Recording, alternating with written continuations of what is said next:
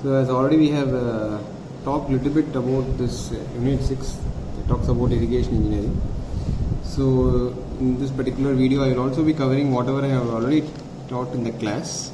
Further some more topics which I have not covered. So irrigation is nothing but like it's an artificial application of water to the land in response to the crop water requirements throughout the crop period for the full-fledged growth of the crops.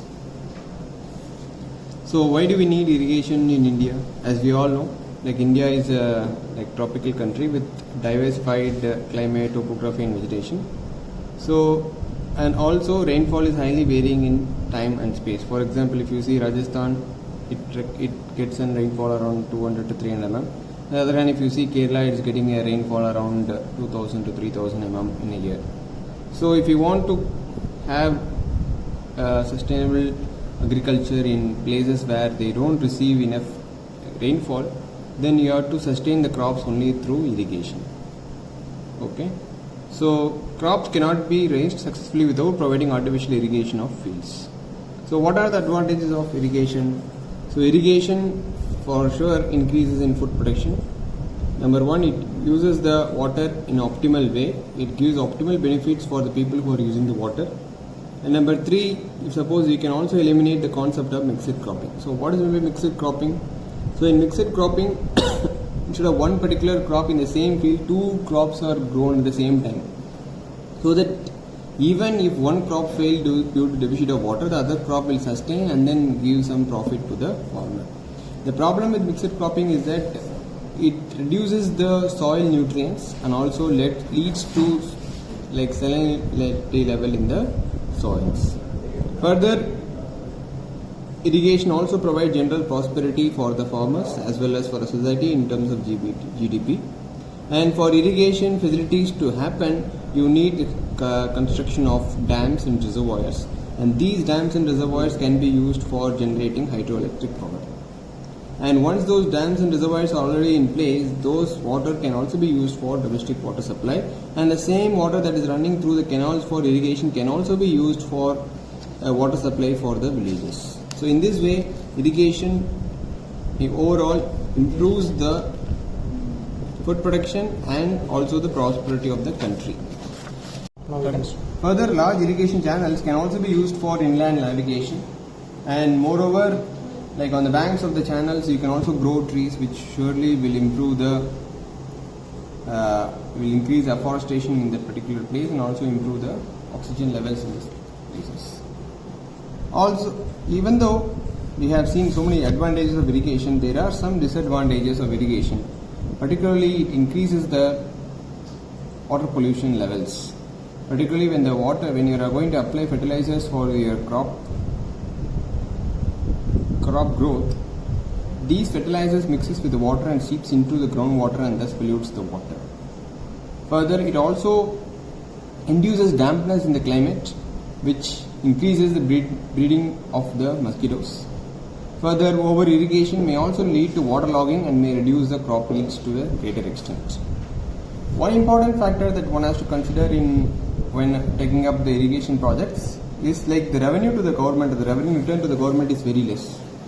For example, the cost of investment in constructing the irrigation schemes, which includes canals, dams, reservoirs, gates, all those things is much costly or much greater when compared to the profit obtained by the government or by the individual persons when they do irrigation.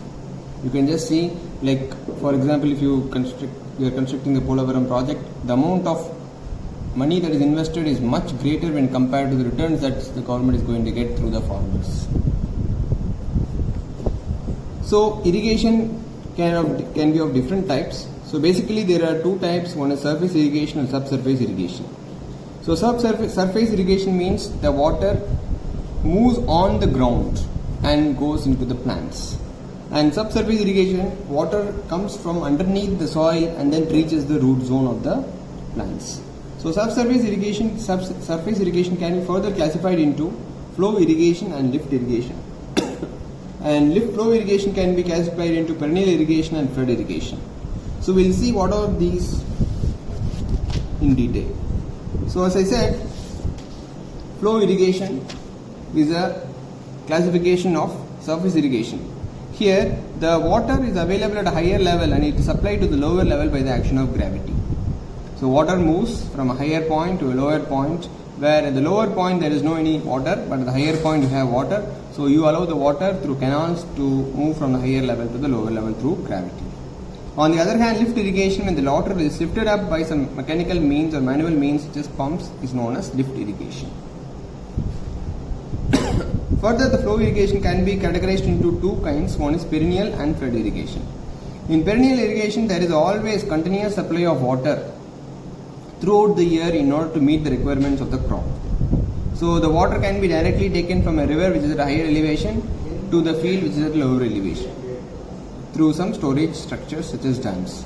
On the other hand, flood irrigation, in this the soil is kept submerged thoroughly with flooded water. So once in a while you allow the water to move into the field and then immerse and then submerge the entire field with water, so that whatever water is required, the crop will take for that. So this kind of irrigation is occasional and it is not continuous. Whenever there is a water, you flood the field with water and then stop the flow of water into the fields. So subsurface irrigation, as I told, can be categorized into two types, natural or artificial. In subsurface irrigation, the water does not move on the soil surface, rather it does not even wet the soil surface.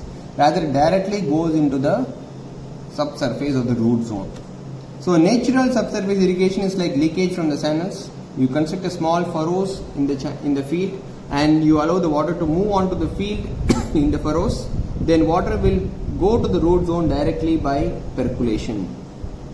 On the other hand, when it's artificial, you artificially lay some pipes through which a drain is there, through which you allow the water to move, and from that you allow the plants will take the water through the action of capillary effect.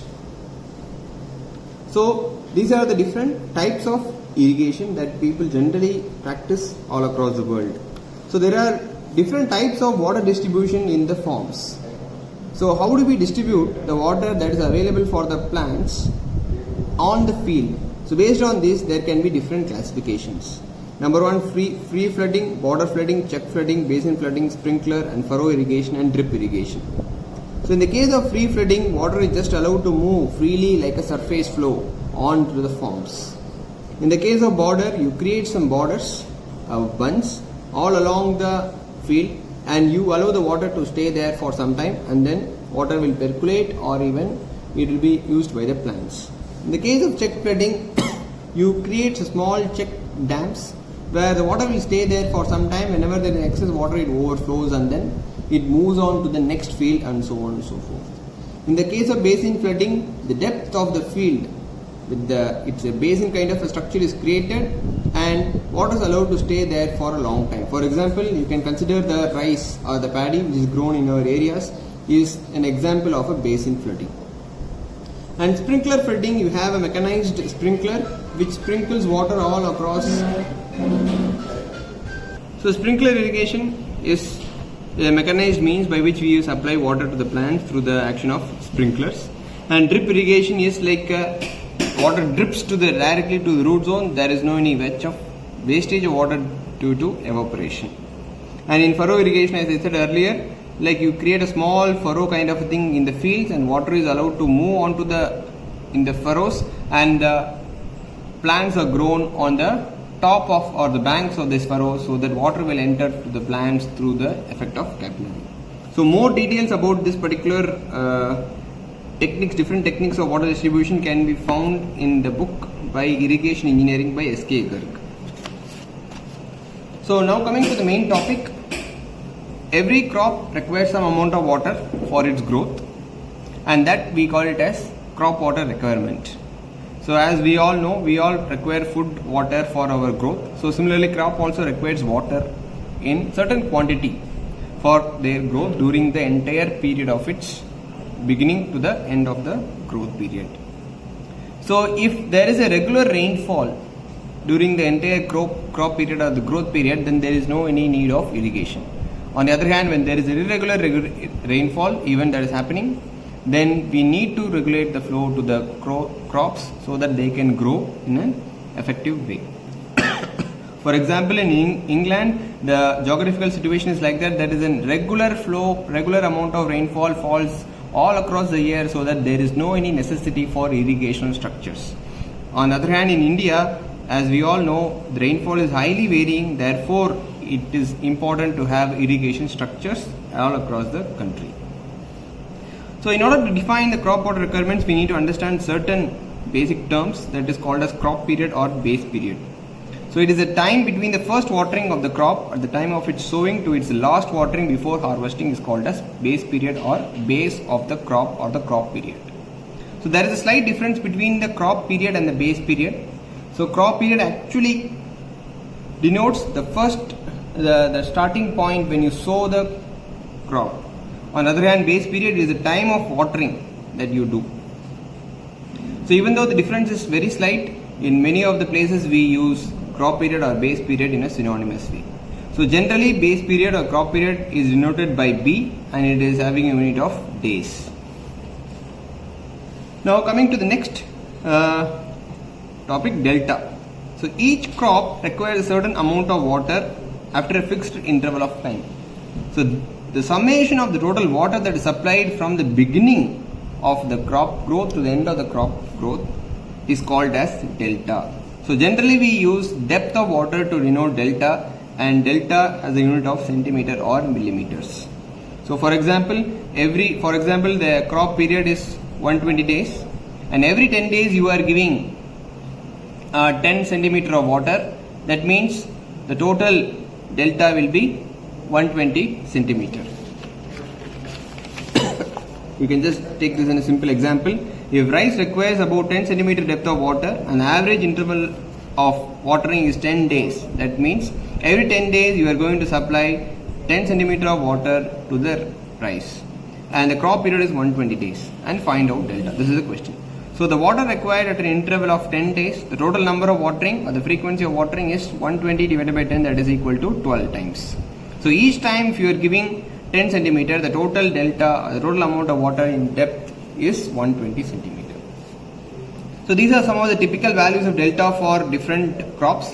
Like delta for sugarcane is highest, like 120 centimeter, and delta for rice is 120 centimeter, tobacco is for 75 centimeter, wheat is 40 centimeter, and peas is 15 centimeter. So we can just see how the sugarcane and rice can be grown in places where you have excess water, and all other crops can be grown where water is less available. So now the third quantity that we are going to see is duty of water. So as the name suggests, it's a duty of water, like it is a relationship between the volume of water and the area of crop it matures. Suppose you have 1 meter cube per second of water is continuously flowing into the field, then how much amount of area that this particular water can irrigate. So that is the definition of duty. So it is defined as the number of hectares, please note it is number of hectares of land irrigated for full growth of a given crop by supply of 1 meter cube per second of water continuously during the base period of that particular crop. So continuously you are going to give 1 meter cube per second of water throughout the base period. If you supply this much amount of water, how much area can be irrigated, and that is called as duty. So there is a relationship between duty, delta and base period. So we will derive this relationship.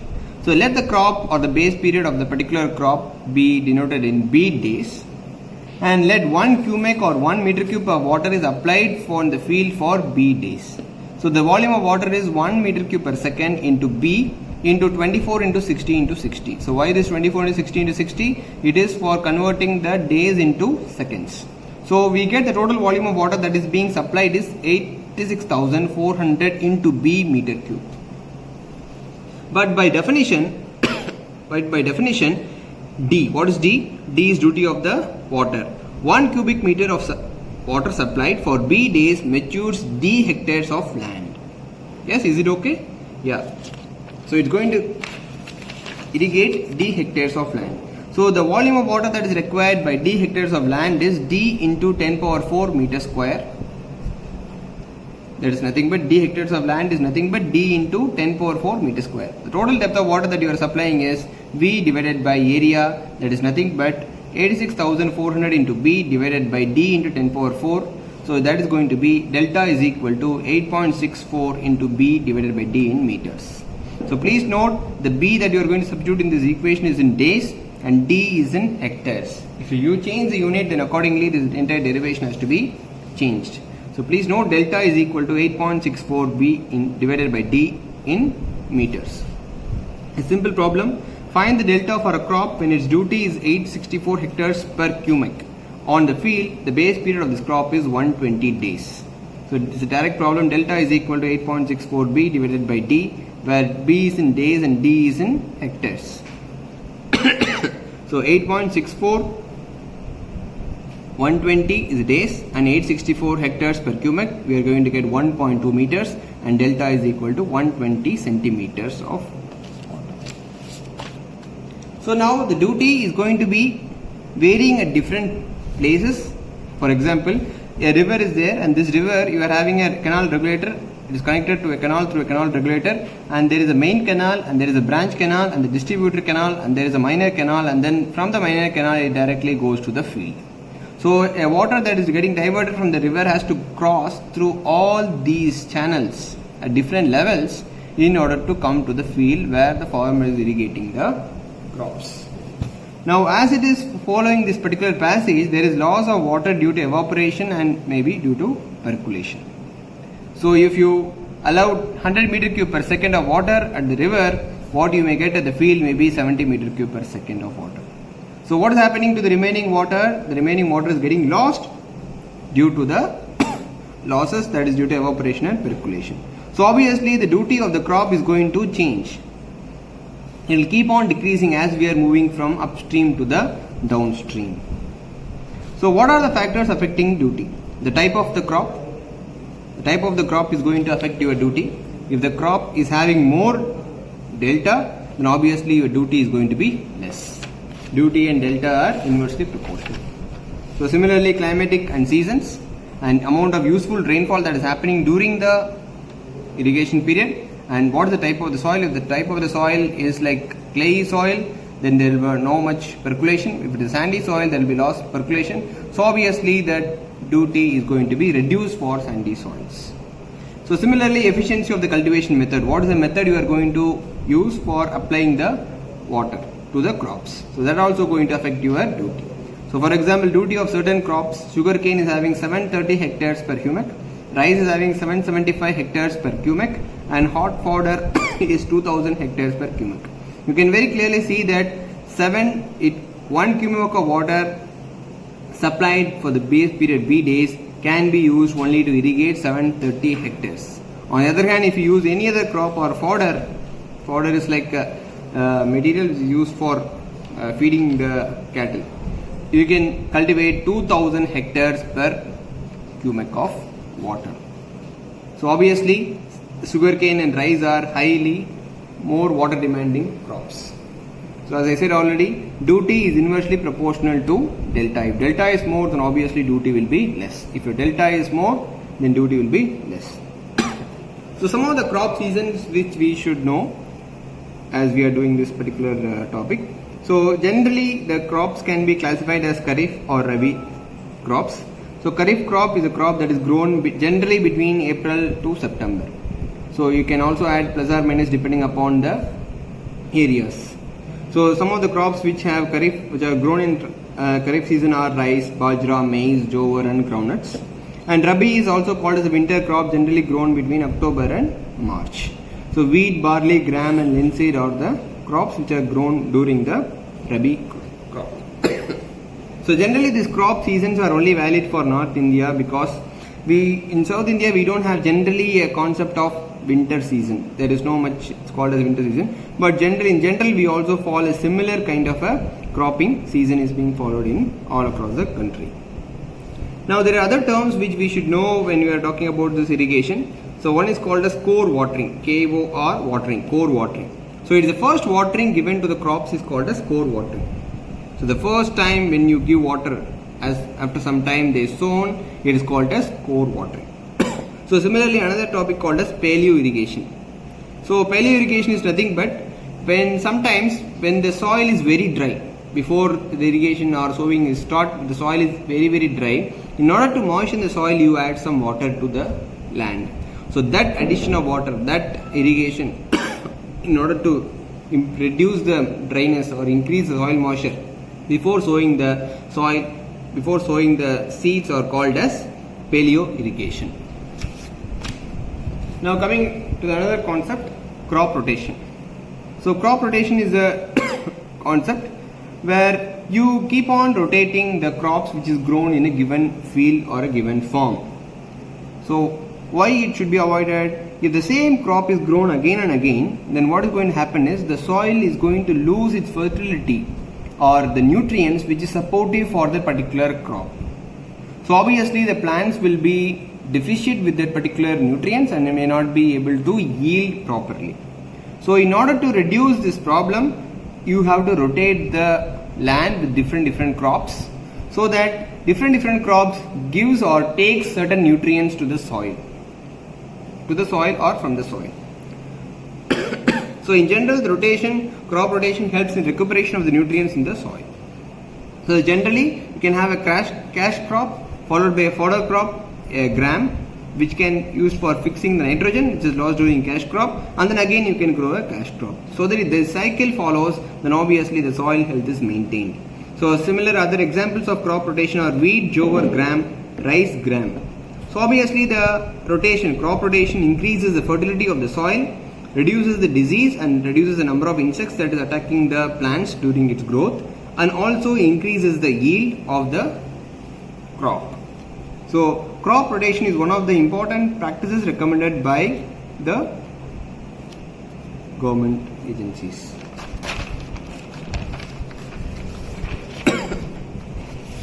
So now coming to the concept of irrigation efficiency. So as we all know, efficiency is a term that is related to many aspects. So whenever there is something that is coming in to a system and that is going out of system, then we can define efficiency as what? Output divided by input. So we have studied efficiency of turbines, we have studied efficiency of pumps. So similarly we can also study, or we can also define efficiency of irrigation systems as a whole. So as we already seen, there is some losses due to conveyance or due to evaporation or due to storage or due to application, or different kinds of losses of water is happening. So obviously you can define efficiency at different stages of water as it moves from the river to the farm. So efficiency of water conveyance. So you have a canal starting and you have the canal ending. So when start point to end point there is some losses. So obviously you can define a efficiency for water conveyance. So eta C is defined as output divided by input into 100. So similarly water application. So you use different methods for water application to the crop. You can use a sprinkler, you can use a drip irrigation, or you can use a furrow irrigation. So depending upon how much amount of water you apply and how much amount of water actually reaches the root zone, that is defined by water application. So similarly water storage, you are storing the irrigation water maybe in a canal or in a dam or in a reservoir. So obviously there will be some losses due to evaporation, due to percolation. So you can also define water storage efficiency. So similarly water use efficiency, how much you apply at the beginning and how much is actually used by the plants, is water use efficiency. So you can define efficiency at different terms at different stages of application of irrigation. So a simple example, 1 cubic of water is pumped into a farm distribution system. 0.8 cubic is actually delivered to a turnout 0.9 kilometer from the well. Compute the conveyance efficiency. So the water, when it's traveling a distance of 0.9 kilometer from the well, initially it was given only 1 cubic of water, but what it actually reached the field is 0.8 cubic. So the output is 0.8, the input is 1, so the efficiency is going to be 80%. Another simple example, a 10 cubic of water is delivered to a 32 hectare field for 4 hours. Soil probing after the irrigation indicates that 0.3 meters of water has been stored in the root zone. So what is the field application? So this particular problem talks about field application. So how much is the water that is applied by you? 10 cubic of water for a period of 4 hours. So 10 meter cube per second into 4 into 60 into 60. This is for converting hours into seconds. and what we are going to get is 1,44,000 meter cube. So the input that you are going to supply to the field is 1,44,000 meter cube. But what is actually observed in the field in the soil probing is 0.3 meters of water has been stored in the root zone. So the remaining all water has gone as percolation or as evaporation. So what is the total area? 32 hectares into 0.3 meters. So that will give us the total amount of volume of water that is getting stored in the root zone. So 32 into 10 power 4, in order to convert it into meter square, we have 32 into 10 power 4 into 0.3, that is going to be 96,000 meter cube. So the water application efficiency is again output divided by input into 100. The output is 96,000, input is 1,44,000, and into 100 we are going to get efficiency of 66.67%. So this is the example where we can see the application efficiency is around 67%. So now, how do we estimate the crop water requirement? How much amount of water a crop is required for its growth? So in chapter number 3 or 2, we already studied evaporation or evapotranspiration, which is also called as consumptive use, and we have studied different methods for estimating the consumptive use. Blaney-Criddle method, Penman-Monteith equation, and Thornthwaite equation. All those things we already studied how to calculate the evapotranspiration or consumptive use. Okay. So once you know the consumptive use of the plants, that the amount of water required by the plants, and you know the total effective rainfall that is actually happening in that particular area, then if you find the difference between the two, then you can know what is the consumptive irrigation requirement that you need to provide for the crops. For example, the consumptive use or the plants is 120 centimeter, for example, in the case of rice. For example, that particular area is experiencing only 70 centimeter of rainfall. So what is the remaining amount of water that you need to supply? 120 minus 70, that is 50 centimeter of water needs to be supplied to the crops. So now this is the crop water requirement. So now what we need to give to the crops in order to account for the losses. So net irrigation requirement is equal to consumptive use minus rainfall plus losses such as percolation, evaporation in canals or dams and reservoirs. So that will give us how much amount of water actually you have to give, so that only CU at least reaches the farm. So as I already explained, CU can be estimated different methods using Blaney-Criddle method and Penman equation.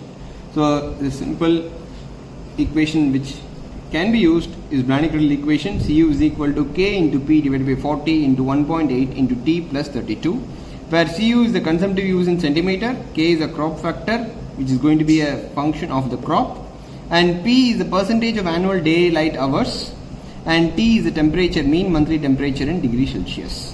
So if you know these values, then you can easily calculate the consumptive use for the particular crop. So you can also see some examples of this particular thing in problems that we have solved in chapter number 2. Coming to the important topic of this particular chapter, soil moisture irrigation relationship. So even though we have already talked about this in unit number 2, but still in this context we need to define these definitions in a more clear way, so that we will know how much is the amount of water that we need to give for the crops for growing. So let us consider a impermeable layer, and you can just consider the ground level here. So you can just see the crop root. This is the root zone that is going to a smaller depth. We are going to call it the root zone depth, and below the root zone depth we have intermediate zone, and below the intermediate zone we have the capillary zone. And this is the groundwater table that is there, and this is the water table.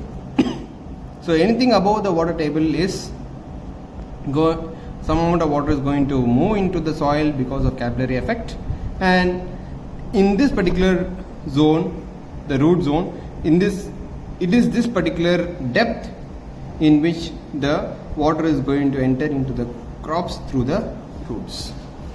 So as I already explained, we need to understand two important topics. That is called as field capacity, the other one is called as a permanent wilting point. So field capacity, it is the moisture content or the water content or the percentage of water or water moisture that is there in the soil after free drainage has taken place for a sufficient period of maybe 2 to 5 days. So it is that water content which gets retained in the soil pores against the gravity. So the field capacity is consist of two parts. One is called as capillary water that is available to the plants. The other one is called as hygroscopic water that is not available to the plants. So field capacity is defined as a quantity of water which any soil can retain against gravity.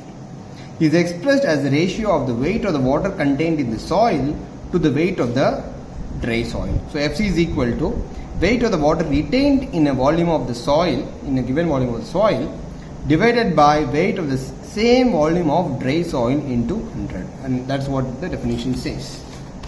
So let us consider a small area of 1 meter square of soil and d meter depth of the root zone. So the depth of the root zone is d meter and the area that we are considering is 1 meter square. So the volume of the soil is going to be 1 into d, that is d meter cube. So the dry unit weight of the soil is represented as gamma d kilonewton per meter cube. Then the weight of the soil would be gamma d into 1, that is nothing but kilonewtons. Is it okay? So gamma d into d meter cube will give me gamma d into d kilonewtons.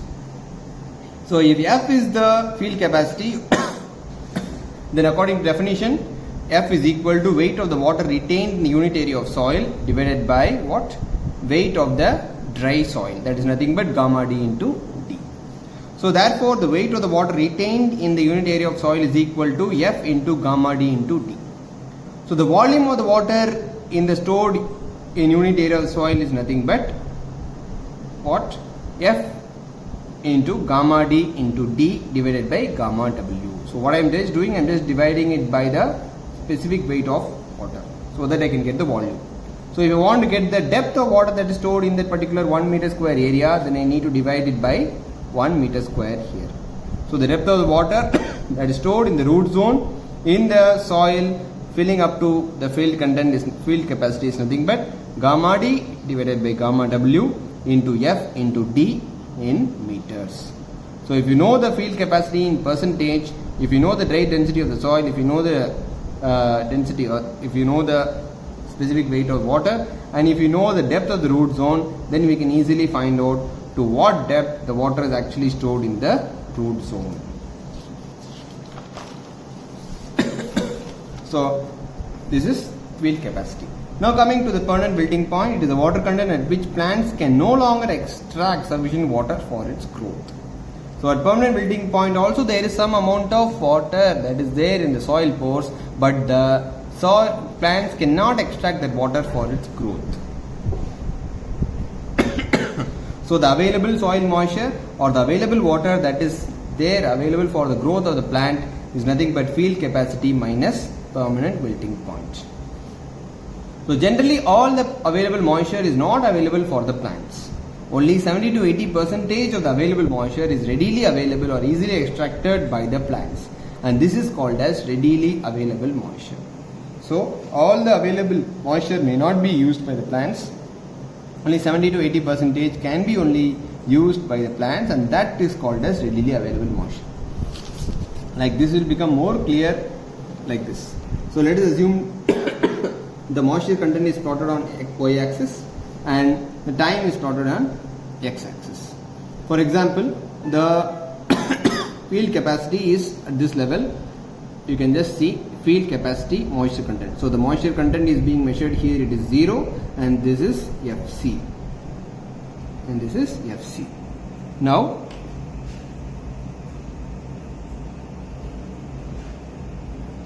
this is the PWP or the permanent wilting point. So even though there is some amount of moisture that is there, but this is non-available hygroscopic water, and whatever is between Fc and PWP, that is called as the available moisture content or the capillary water. So now the entire water available moisture content is not actually available, only 70 to 80% is available. So therefore this is nothing but the 70 to 80% of the available, and this becomes the optimal moisture content.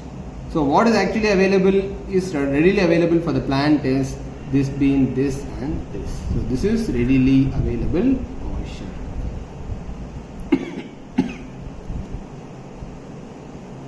So for the plants to grow, generally the moisture content in the soil should be between field capacity and the PWP.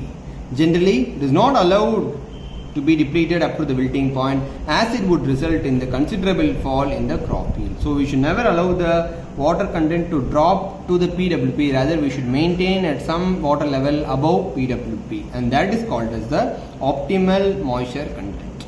So the difference between the field capacity and the optimal moisture content is nothing but the readily available moisture. The optimal level of moisture up to which the soil moisture may be allowed to be depleted in the root zone without fall in the crop yield has to be worked out for every crop. So for some crop it can be at 70 to 80%, some crop it is 60%, some crop it is 50%. So that has to be worked out for different crops individually. So please be clear, this particular diagram is very important. So you can just see the moisture content is 0 at this point, the moisture content is maximum at the field capacity.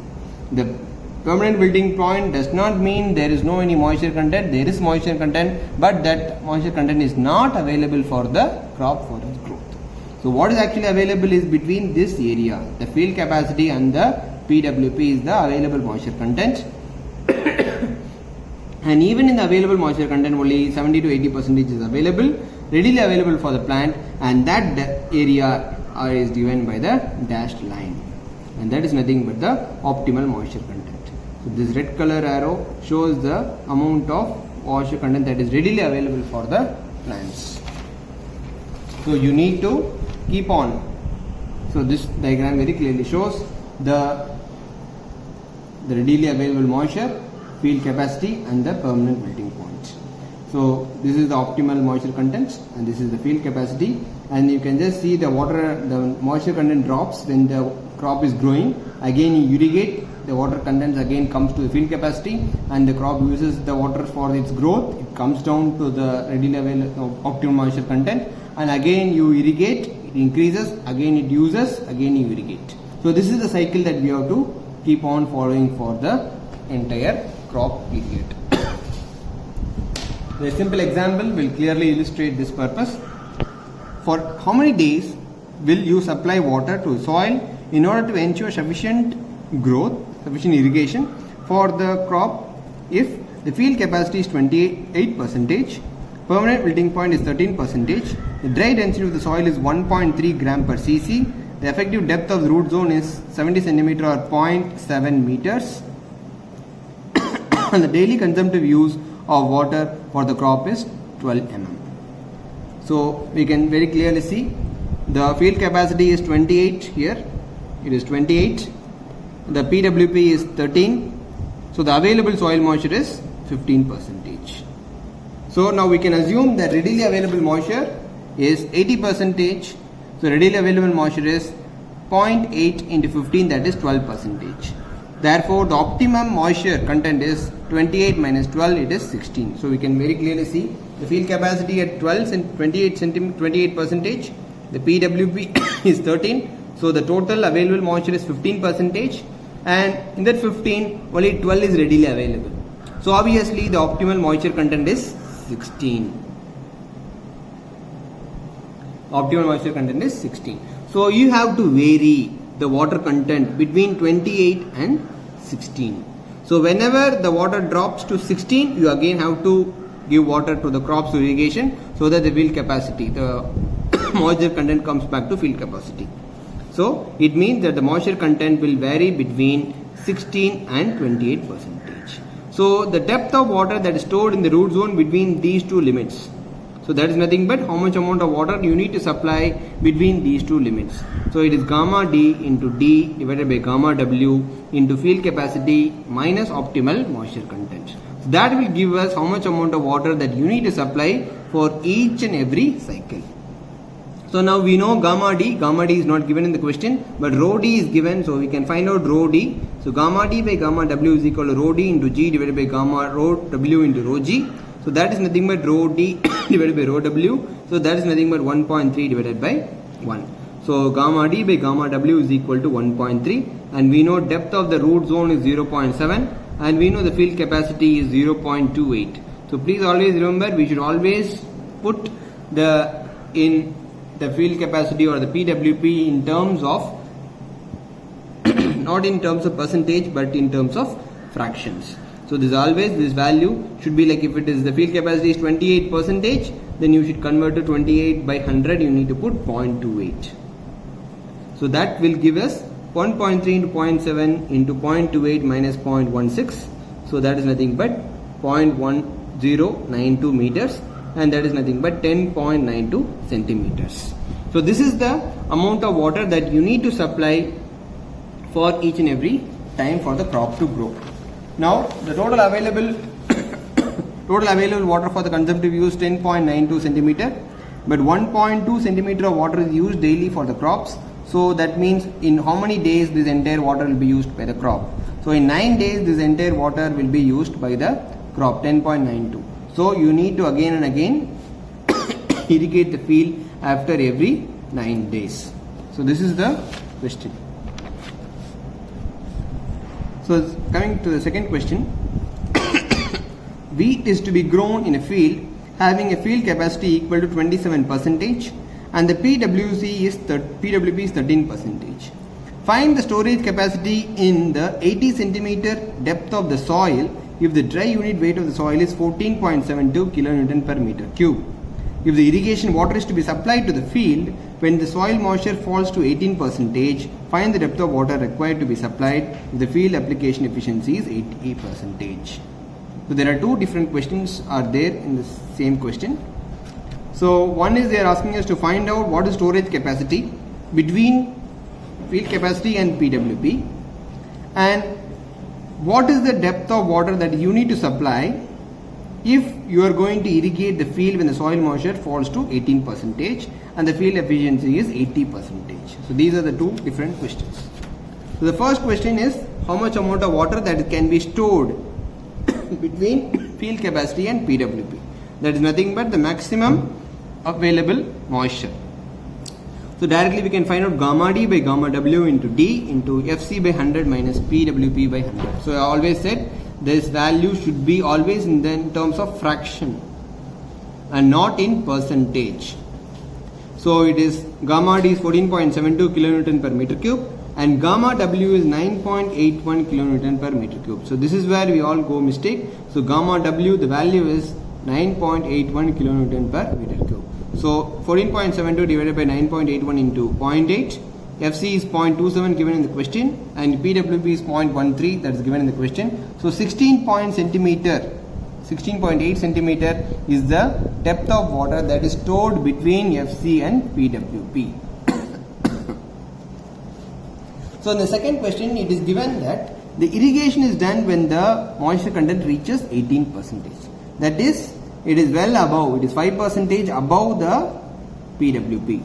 So you are going to vary the moisture content from 27 to 18. So it will going to drop down to 18 when the plant grows. Again you irrigate it back, comes back to 27, and again it uses for its irrigation, it comes to 18, and again you irrigate, it will come back to 27. So this is the cycle that it is going to follow. So the moisture is allowed to vary between 27 and 18. So the depth of water required for irrigation is gamma D into D divided by gamma W into 0.27 minus 0.18, that is 10.8 centimeter is required for its growth. But what is the efficiency that you are going to see? 80% efficiency. So if you want the depth of water to be 10.8 in the ground, then you need to apply more because there is some losses. So the amount of water that need to supply is 10.8 divided by 0.8, that is nothing but 13.5 centimeter. So this is the total amount of water that you need to supply if you want 10.8 centimeter in the soil root form. A variety of problems that in this particular concept, like 800 meter cube of water is applied to a farmer's rice field of 0.6 hectares.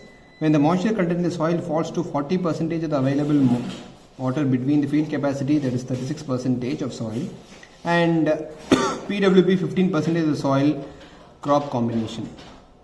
Determine the field application efficiency. The root zone depth of the rice is 60 centimeter and assume the porosity is 0.4. So in this problem there is a slight difference between this problem and the previous problem. You can very clearly see that they have not given the dry density value of the soil, and rather they are given the porosity as 0.4. So we have to somehow use this value of 0.4 porosity in the problem to define the field capacity. So according to the definition, field capacity, the weight of water contained in the certain volume of soil divided by the weight of the same volume of dry soil. This is what we have seen earlier. So let V be the volume of the saturated soil and V suffix V be the volume of the voids in that particular sample of soil. Now the weight of water that is contained, if the soil is completely saturated, then it is VV into gamma W, and weight of the same volume of dry soil is V into gamma D. So FC is equal to VV into gamma W divided by V into gamma D, and that is equal to gamma W into gamma D into N, where N is nothing but the definition of porosity, volume of voids divided by the total volume. So we have a relationship between gamma D by gamma W is equal to N by Fc. So if you know N, you can find out gamma D, or if you know gamma D and N, we can now find Fc. So this is the relationship that you need to remember. Gamma D divided by gamma W is equal to N divided by Fc, where N is the porosity. So since we have the porosity value as given as 0.4 and the Fc value as 36%, that is nothing but in fraction 0.36.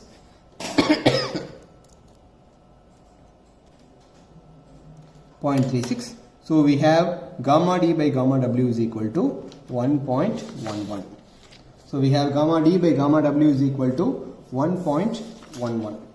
So now the maximum quantity of water or the depth of water that can be stored between Fc and PWP using the same previous problems, we can find out gamma D by gamma W into D into Fc minus PWP moisture content. So we know the value of gamma D by gamma W, that is 1.11.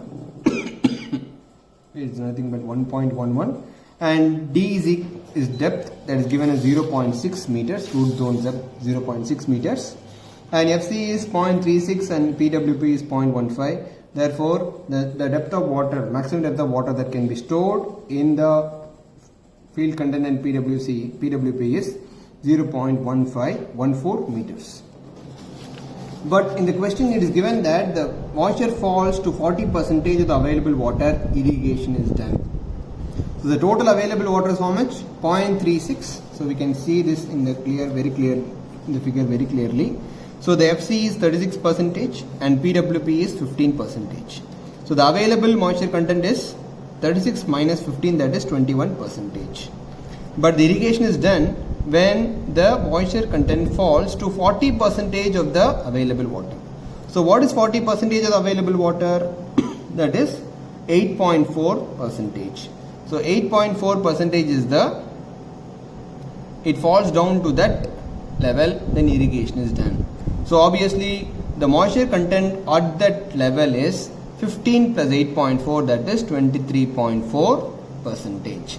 So the water moisture content is going to vary between 36 and 23.4%. So during this moisture content only the irrigation is going to be done. You can very clearly see now. So the optimal moisture content is equal to 15 plus 8.4, that is equal to 23.4%. The moisture content in the soil is allowed to vary between 36% and 23%. So the deficiency of water or created or the storage or that is being created during this water level is nothing but gamma D divided by gamma W into D into 0.36 minus 0.234, that we are getting it as 1.11 into 0.6 into 0.36 minus 0.234, we are going to get a value of 0.084 meters. So this is the amount of water that is required for the crop when the water level falls from 36 to 23.4. Now what is the volume of water that is required? You know the depth of the water, you know the area of the field, so you can directly get the volume of the irrigation that is required. So that is 504 meter cube. But actual water that you are supplying is 800. So output is 504 and the input is 800, so the efficiency is 63%, and that's what they are asking. Determine the field application efficiency if we are applying an 800 meter cube of water is applied. So in this particular problem is slightly different in this sense that you are not given the value of the density, rather you are given the value of porosity. Yes, that's all. These are the different types of problems. You can also solve the problems that are already given, and with this you will be able to solve all the questions that is there in the set of questions that are already given to you.